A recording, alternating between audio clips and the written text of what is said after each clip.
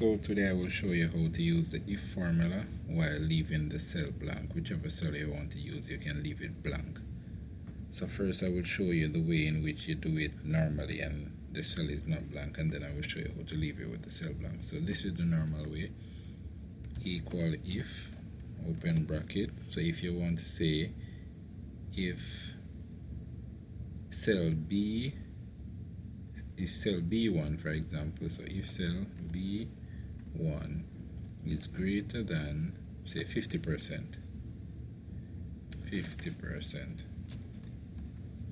then you want it to be pass. So you put a comma, open quotation, pass, close quotation, comma again. Otherwise, if it is less than 50, it will be fail. So you put FAIL, fail, and of course you close bracket. This way fail will show here until you type something. So if I put 50 or 55 here, now it should show pass. 55%, it should go to pass. If I put 10%, it's supposed to go to fail. But if I put nothing here, delete, it is still going to remain fail here. So I want it to be such that you can drag your formula or whatever the case may be, and nothing is showing here until you actually type something in cell B. Nothing is showing here until you actually type something in cell B. So let's delete this for a moment. This is the way you can use. The first part of the if formula is what is going to make it invisible. So here you go again, equal if, open bracket, cell B1, if cell B1 is equal to 0, comma, open quotation twice, comma again, and this first part here is what is going, this part is what is going to make the cell invisible. Well, not the cell, but the content of the cell.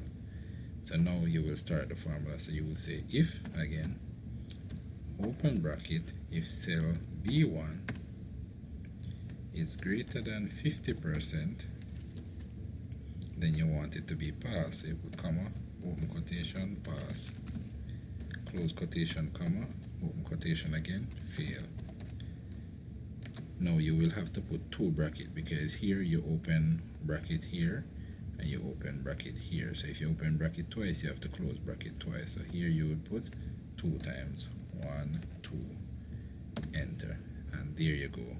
Nothing in the cell, it's completely blank. So you can just highlight for the others and it will be blank. But if I just put 55 now, A3 will show pass. If I put less, it will show fail. So let's try it. 55, it's supposed to show pass. If I put 10%, it's supposed to show fail.